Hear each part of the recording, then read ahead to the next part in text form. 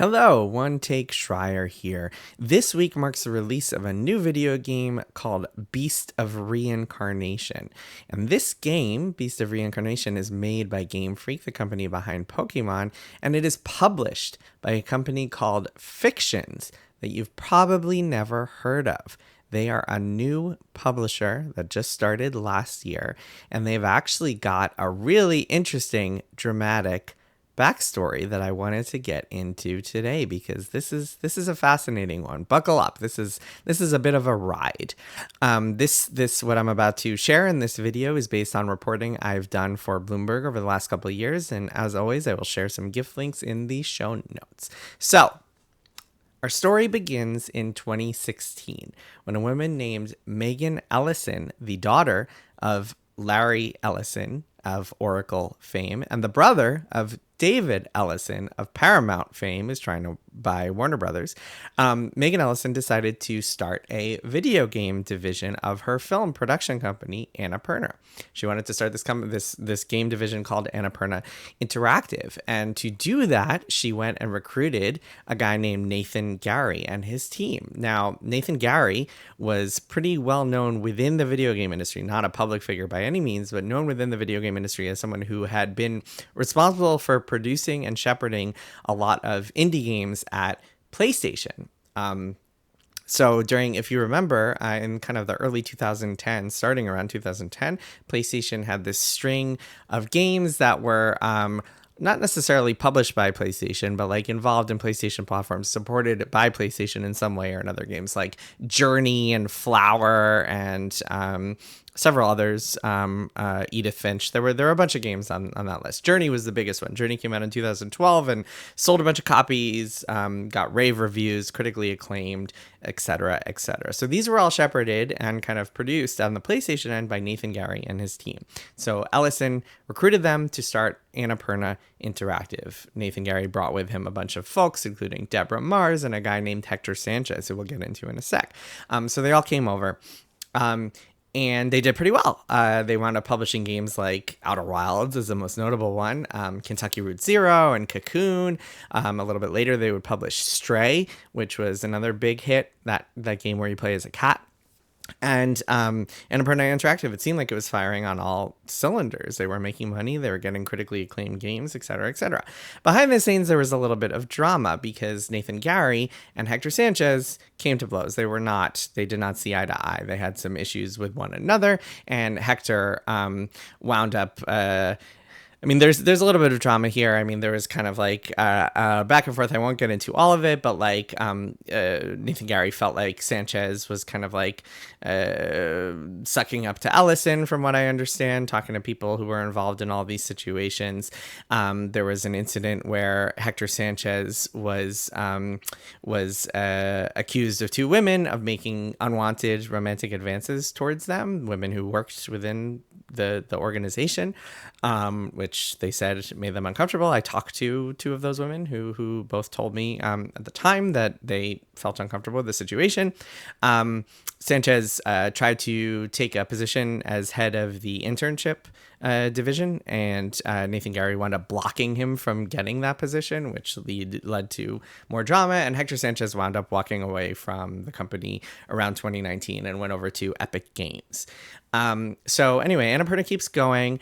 Megan Ellison actually winds up taking Nathan Gary and saying, hey, why don't you help me out with Annapurna Pictures, like the film and TV, like the entire company, and become president of the whole division, because our film and TV department is not doing as well as our games division, and so maybe you can help oversee the whole thing, which again led to some conflict, some drama.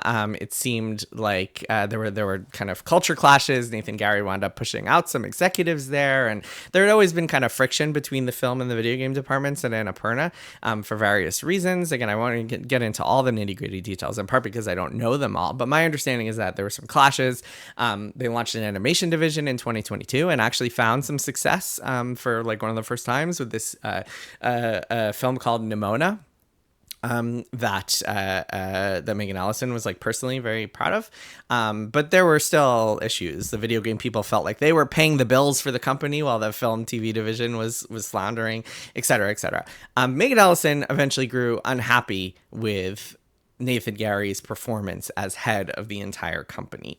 And there's a lot of kind of, you could hear different sides of the perspective. Essentially, Nathan Gary, like Annapurna and Ellison felt like Nathan Gary was like taking away the company's focus to prioritize gaming, whereas the Nathan Gary faction of it all felt like they were getting interfered with and having all sorts of issues. I mean, like one story that I heard from a bunch of people who were involved is that like at one point, Megan Ellison would kind of like dip in and out of the company. Kind of like her focus would be like, oh, okay, now I'm focusing on the company. Now I'm not. Now I'm focusing on the company. Now I'm not. There was this big contract negotiation they were doing. This is a story I heard from some of the people who were in the room there. There was this contract negotiation, and this room full of lawyers and executives was just kind of waiting because they needed Ellison to come in and sign and agree to the deal. And suddenly her assistant walks in and is like, oh, Megan isn't going to be showing up today. And they had to reschedule for the next day. They had all come out just for this. So that's the type of thing that like the Nathan Gary faction would complain about. Needless to say, this all came to a head. And so what happened, this is my favorite detail of the story. What happened is in February of 2024 at the DICE convention, which is a gaming executive and kind of schmoozing convention in Las Vegas, in the Aria Hotel in Las Vegas, Nathan Gary and his team were having dinner at a restaurant when Jeff Keighley walks in, and Jeff Keighley comes to them, and this is according to people who were in the room who heard this conversation. Now, Jeff Keighley comes up to Nathan Gary and says, hey, I just saw Megan Ellison eating dinner with Hector Sanchez, which raises all sorts of alarm bells among Nathan Gary and his team because Hector Sanchez had left the company years ago. And of course, Hector Sanchez and Nathan Gary did not get along. So it felt to the Annapurna Interactive people like things might be going awry soon. And sure enough, they did. March 2024, about a month later, Megan Ellison has a meeting with Nathan Gary, and things go totally hostile and awry. Nathan Gary winds up leaving. There's some dispute over whether Megan Ellison fired Nathan Gary or he left on his own, but regardless, he winds up leaving. Ellison fires one of his top executives as well, and it leads to just a complete shit show of a situation. Weeks of people resigning, Megan Ellison holding video calls with the staff, proposing that like all sorts of other permutations for how to get out of the situation. She winds up proposing that like they start a new company that like is jointly owned by the Annapurna Interactive people and also Megan Ellison, and they would like bring back people, and it winds up actually going pretty far. They wind up coming up with a name, Verset, and like about to be taking that step as like starting a new game publisher company, but then it all falls apart. Again, both sides dispute like why it fell apart. One side, the Verset side, says they like were asking to meet in person rather than going back and forth in email over these like minutia. The Annapurna says they sent out this list of negotiating terms and Verset didn't respond properly, and whatever the reason, by August of 2024, Megan Ellison had terminated the deal. Around the same time, also adding more fuel to this dramatic fire, people learn from an article in the Hollywood Reporter, not like an internal announcement, but an article in the Hollywood Reporter, that Megan Ellison has brought back Hector Sanchez to come work for the company as president of interactive and new media. So basically running big budget games and adaptations and other stuff that is kind of like it's eyebrow raising for the people who work for Annapurna Interactive. Megan Ellison and Hector Sanchez had remained friends even after he left, and they'd been talking about working together, hence that dinner at DICE in February of 2024. So this all comes to a head when every single member of Annapurna Interactive staff all gets together and says, we are going to resign. This is about 25, 26 people, something like that. They all say, we are quitting at once. And you can see the story that I ran when I broke the news at Bloomberg in the show notes, where I talk about how all of these people left at once, because it was pretty crazy. I mean, a lot of times when executive drama happens at a company, you might see some resignations, you might see some turmoil, some people getting replaced here and there. I've never once seen up until this is the only time I know of where the entire publishing department of a game company has all quit at the same time. It's wild stuff. Their plan is essentially they don't have like investors lined up or any sort of concrete plans lined up, but their plan is they're thinking to themselves, we have this track record of success, we have this unit together, we could figure something out, we can start another publisher, find a way to do this. And sure enough, by the spring of the following year, March or so, they have lined up a deal with an investment group called Haveli Investments. And then they wind up buying the portfolio of another publisher called Private Division. Now, Private Division was an division of Take-Two Interactive that had been responsible for a whole bunch of games. That was kind of like Take-Two's attempt to do kind of the AA/top tier indie world. They made games. They published games like Outer Worlds, not to be confused with Outer Wilds at Annapurna. So a little bit of a difference there. Don't get them. Make sure you get them straight. Outer Worlds. That game from Patrice Desolate that was called Ancestors, and then a bunch of other stuff, including a lot of flops. They had actually 2 really big hits right out of the gate, and then a bunch of stuff that did not perform nearly as well. But Private Division still had these games moving forward, and Take-Two was no longer interested. They had been kind of like slowly, gradually winding down Private Division, getting rid of people, laying people off, and just kind of scaling down the portfolio. You might remember we also broke the news at Bloomberg that they had shut down the studios behind Kerbal 2 and Ali Ali and Rollerdrome, that studio Roll 7 in the UK. And that was kind of a weird moment where like Take-Two denied that they had shut down those studios, even though they had, which was just a strange thing. But anyway, so this new company, led by Nathan Gary and the Annapurna Interactive people who had all quit, winds up inheriting the entire Private Division portfolio, and they call themselves Fictions, and they wind up publishing a string of games that Private Division was going to publish. There was a Lego game last year. I always forget which one it is. I'm going to have to, hold on, I'm going to look this up. Fictions Inc. Lego game. One take Schreier here. Lego Party, that was it. Because there was another one. There was like a Lego, Lego Adventure that was actually published by Annapurna. There were like 2 competing Lego games by these 2 publishers, which just more bizarre. The story is like too bizarre to even believe. Anyway, they published that Lego game, and now they are publishing Beast of Reincarnation. So I'll get to that in a second. But as this is all happening, Annapurna, they are still trying to recover. And what really like screws people over is that, or the people who really get screwed over in this, is that there are developers working on games for Annapurna, and then their entire publishing division quits. So like imagine you were working in a game developer. Remember last week we talked about what publishers do. So remember, it's not just getting funding. It's also a lot of marketing support and localization support and just kind of other like forms of support that you need. Imagine you're working with a publisher and you have people you go to who are your contacts for like, here's how we're approaching our go-to-market strategy. Here's how you get through certification. Here's how you hit this deadline to be in the Nintendo Direct. And suddenly all those people have quit. So you're just like left holding the bag. You're just kind of screwed, especially if you have a game that's coming out imminently. So like Annapurna had these games that were imminent, and they scrambled under Hector Sanchez, who is now in charge of Annapurna, who brought in some other people and wound up hiring some other people to come and help out. They wound up bringing on this kind of publishing service group called Pop Agenda.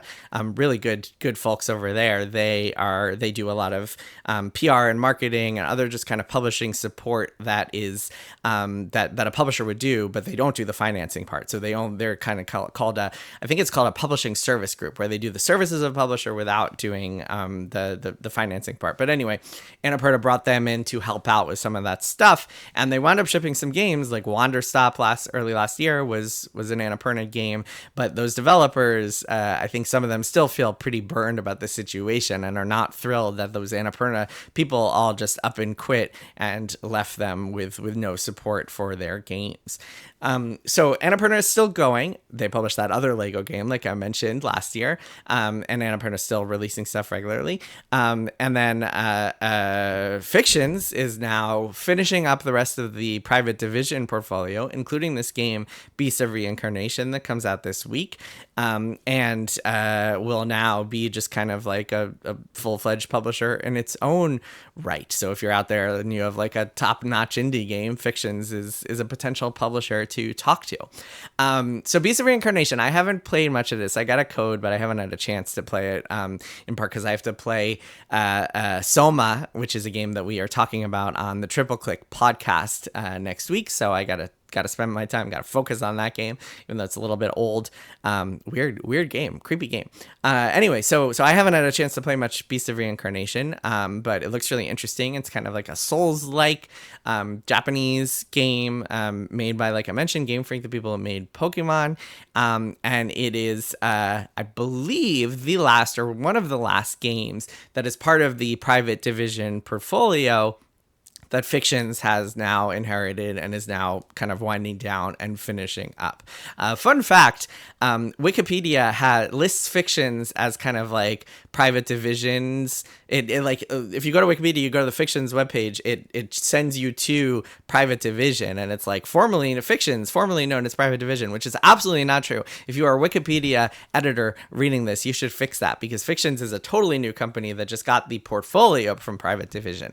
I think they might have hired like 3 or 4 people from Private Division, but it is absolutely not the same company or the same people, other than a couple here and there. Private Division, by the way, I think there's a story to be told down the road, and I'll certainly do a video of that if I wind up doing that piece, about what happened there and how that company just kind of fell apart after coming out to a hot start.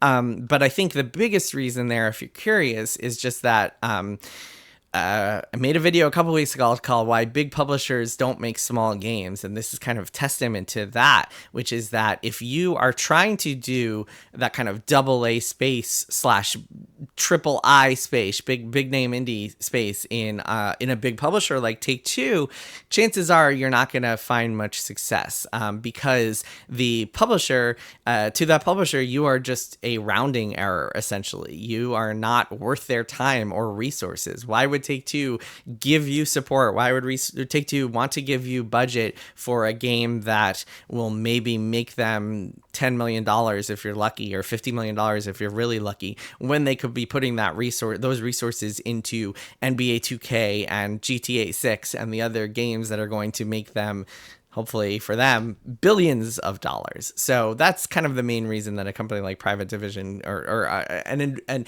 initiative like Private Division, was never going to work in the long term.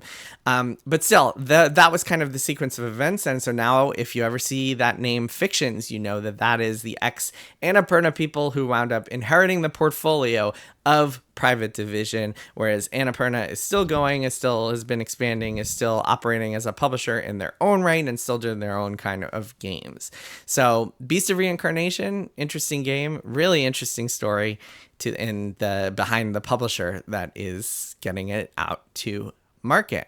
All right, that's it for today's episode. I've been keeping kind of a running list of topics and questions I want to answer. I think at some point I'll also do some kind of Q&A themed episodes where you guys send in questions and I just kind of try to rapid fire answer them. So feel free to post in the comments or send me an email if you have questions or topics or things that you want me to explore in future episodes. Also, be sure to check out the stories on Bloomberg for kind of the written accompaniments, the written versions of these video stories, and listen to Triple Click if you want to hear us talk about Soma next week. Otherwise, I'll see you next time.